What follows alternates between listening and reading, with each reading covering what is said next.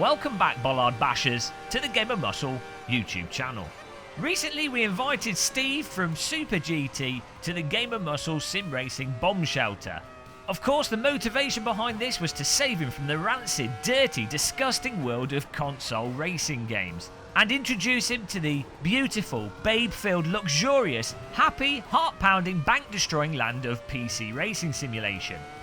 After a few hours of driving different simulators with the direct drive wheel and the PT1 pedals, Steve said to me, "You feeble PC man, I can combine the powers of peasantry with high-end equipment to be faster, stronger, more agile, and achieve a better lap time than you in Assetto Corsa Competizione, all whilst driving in third person."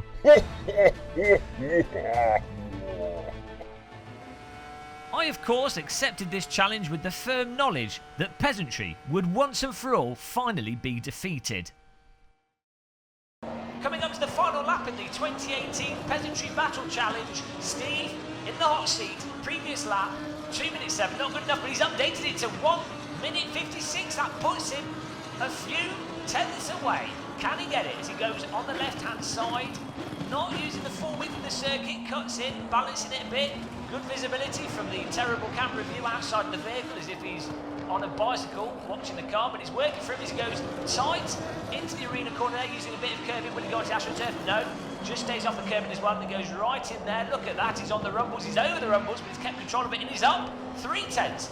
Absolute laser beam as he goes over the AstroTurf, almost losing control. No, it's nice and calm, smile on his face, he's a happy boy. He's a happy boy because he's up, but he's going down. He's just lost a few tenths there, and that suspension bounce has cost him another tenth. Oh, look at it, it's evaporated. He's left the water in the kettle. He's forgot about it, left it on the stove, no cup of tea. We're level, pegging. Sticks on the left-hand side here, down through the gears. Bit of paintwork on the tyres, but look, he goes for the middle entry there, not the inside entry. Controversial, but now he's hooked him back up. He's on the power, still level pegging. He went up, he's back down. It's bipolar racing as he goes up to the Schumacher S's, and he's regained a bit of an advantage. 600, 7, 8, 9, 13. Oh, he's powering up through it. Where's he found this time? He's like a magician. There's doves flying out of his wheel hubs. What's he going to do? He lines up on the AstroTurf, turns it in, bit of suspension bounce there, that's costly, but the time is still coming. I don't know where it's coming from, but it is. He's managed to avoid the traction control woes.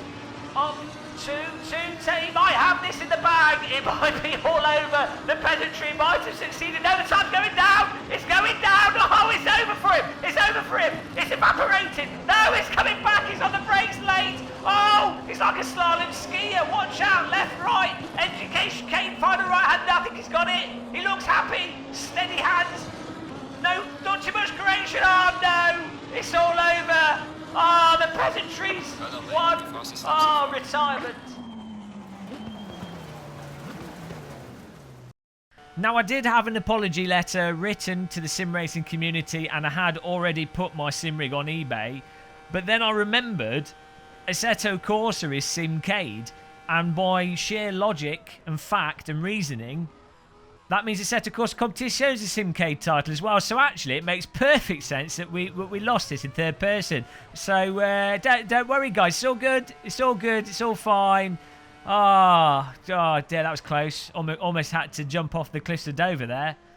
Funnies aside, it was really interesting having Mr. Steve Super GT T1000 Sim Terminator come over, because he is a ridiculously fast driver in Forza and GT Sport, and he normally plays with a gamepad and he normally plays in third person view. But despite that, and using totally new equipment to him, within a few laps he was pretty much up to a moderate pace with AC and the other simulators that we played. It goes to show you, when someone understands the fundamentals of general race lines, the track layouts and approach, that has a massive effect on the ability to get a good lap time. And then when someone's a racing machine, not only should they be put down because it's another person to make us look bad online, but it goes to show that a racing machine is a racing machine. It doesn't matter what they're using or what they're playing.